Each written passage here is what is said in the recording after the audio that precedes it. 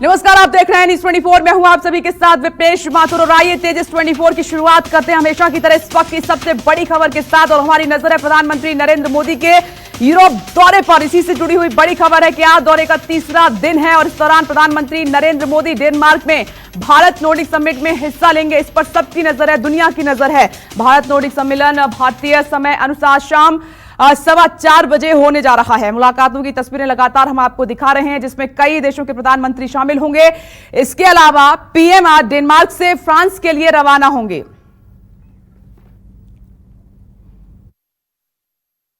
PM Modi आज Denmark में Bharat Nordic summit में हिस्सा लेंगे। भारत नॉर्डिक समिट में डेनमार्क, फिनलैंड, स्वीडन, नॉर्वे और आइसलैंड के प्रधानमंत्री भी शामिल होंगे। भारत नॉर्डिक समिट आज शाम 4:15 बजे होगा। डेनमार्क के बाद पीएम मोदी फ्रांस के लिए रवाना होंगे। पीएम मोदी अपनी यात्रा के आखिरी पड़ाव में पेरिस रुकेंगे, जहां वो फ्रांस के राष्ट्रपति इमैनुअल मैक्रों से रात में 10:30 बजे मुलाकात करेंगे। इस साल भारत और फ्रांस अपने कूटनीतिक रिश्तों के 75 साल पूरे होने का जश्न मना रहा है।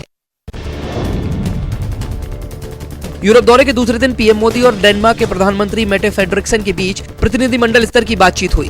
भारत और डेनमार्क के बीच कई समझौतों पर सहमति बनी। भारत और डेनमार्क की ओर से साझा बयान जारी करके इसकी जानकारी दी गई। दोनों देशों के बीच हरित सामरिक साझेदारी में समीक्षा की गई। पीएम मोदी और मेटे फ्रेडरिक्सन के बीच कौशल विकास, जलवायु परिवर्तन, नवीनीकरण ऊर्जा, P2P संबंधों समेत कई क्षेत्रों में व्यापक सहयोग बढ़ाने पर चर्चा की गई।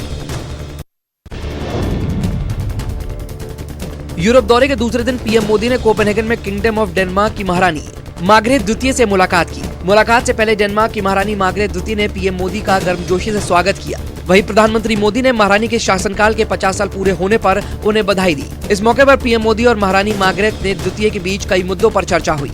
82 साल की महारानी मार्गरेट द्वितीय 1972 से डेनमार्क की शासिका हैं। आगे बढ़ते एक और बड़ी खबर का रुख कर लेते हैं। रूस यूक्रेन युद्ध पर पीएम मोदी का बड़ा बयान। युद्ध में तत्काल युद्ध विराम होना चाहिए। लगातार भारत इसका पक्षधर रहा है कि बातचीत से ही हल निकलेगा। युद्ध का हल बातचीत और कूटनीतिक तरीकों से निकलेगा। एक बार फिर से प्रधानमंत्री नरेंद्र मोदी ने यही बात कही है। डेनमार्क और यूरोपीय संघ ने यूक्रेन पर रूस के आक्रमण की कड़ी निंदा की है और भारत भी लगातार ये कहता आया है, इसका पक्षधर रहा है कि युद्ध से किसी को कुछ भी हाथ नहीं लगेगा, किसी को फायदा नहीं होगा। अगर इसका समाधान हो सकता है तो कूटनीतिक कोशिशों से हो सकता है। और साथ ही उन्होंने ये भी कहा कि बातचीत बंद नहीं होनी चाहिए, यानी कि रूस और यूक्रेन को बात करने की बहुत ज्यादा आवश्यकता है। बातचीत के जरिए ही यह युद्ध रुक सकता है और मात्र यही एक रास्ता नजर आ रहा है। तो यूरोप के दौरे के दौरान प्रधानमंत्री नरेंद्र मोदी ने दूसरी बार इस बात को दोहराया है कि बातचीत के जरिए ही महायुद्ध का रास्ता निकल सकता है।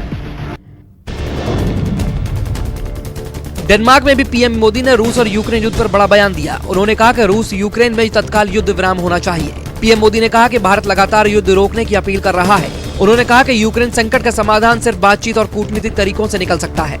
वहीं डेनमार्क और यूरोपीय संघ ने यूक्रेन पर रूस के आक्रमण की निंदा की। डेनमार्क के पीएम ने कहा कि मेरा संदेश बहुत स्पष्ट है, पुतिन ये युद्ध रोकें और हत्याओं को समाप्त करें। बर्लिन के बाद डेनमार्क में भी पीएम मोदी का ड्रम बजाने का खास अंदाज देखने को मिला। पीएम मोदी बर्लिन के बाद कोपेनहेगन पहुंचे, जहां वो भारतीय समुदाय के लोगों के बीच ढोल बजाते हुए नजर आए। कोपेनहेगन में भारतीय और डेनिश समुदाय के लोगों ने जब ड्रम बजाया तो पीएम मोदी भी खुद को रोक नहीं सके और ढोल पर हाथ आजमाने लगे। पीएम मोदी का ढोल बजाने का वीडियो सोशल मीडिया पर खूब वायरल हो रहा है। इससे पहले जब पीएम मोदी बर्लिन पहुंचे थे तो वह भी वो भारतीय समुदाय के साथ ढोल बजाते हुए नजर आए थे। डेनमार्क में पीएम ने कहा कि दुनिया को तबाह करने में हमारी कोई भूमिका नहीं, हम नदी को मां मानने वाले लोग हैं। जलवायु पर भारत और डेनमार्क के संकल्प भी साझा हैं। दुनिया को तबाह करने में हिंदुस्तानियों की कोई भूमिका नहीं। हम वो लोग हैं जो नदी को मां मानते हैं। क्लाइमेट चेंज से जुड़ी हमारी चिंताएं भी और हमारे संकल्प भी साझा है।